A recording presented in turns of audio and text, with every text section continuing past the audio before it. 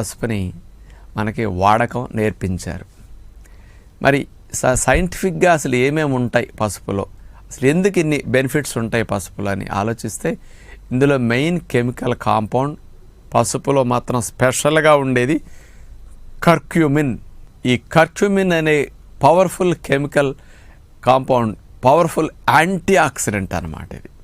ఇది 3 to 5% ఉంటుంది. Original quality, మంచి క్వాలిటీ పసుపు తెస్తే 5% ఉంటుంది. 5% అంటే చూడండి,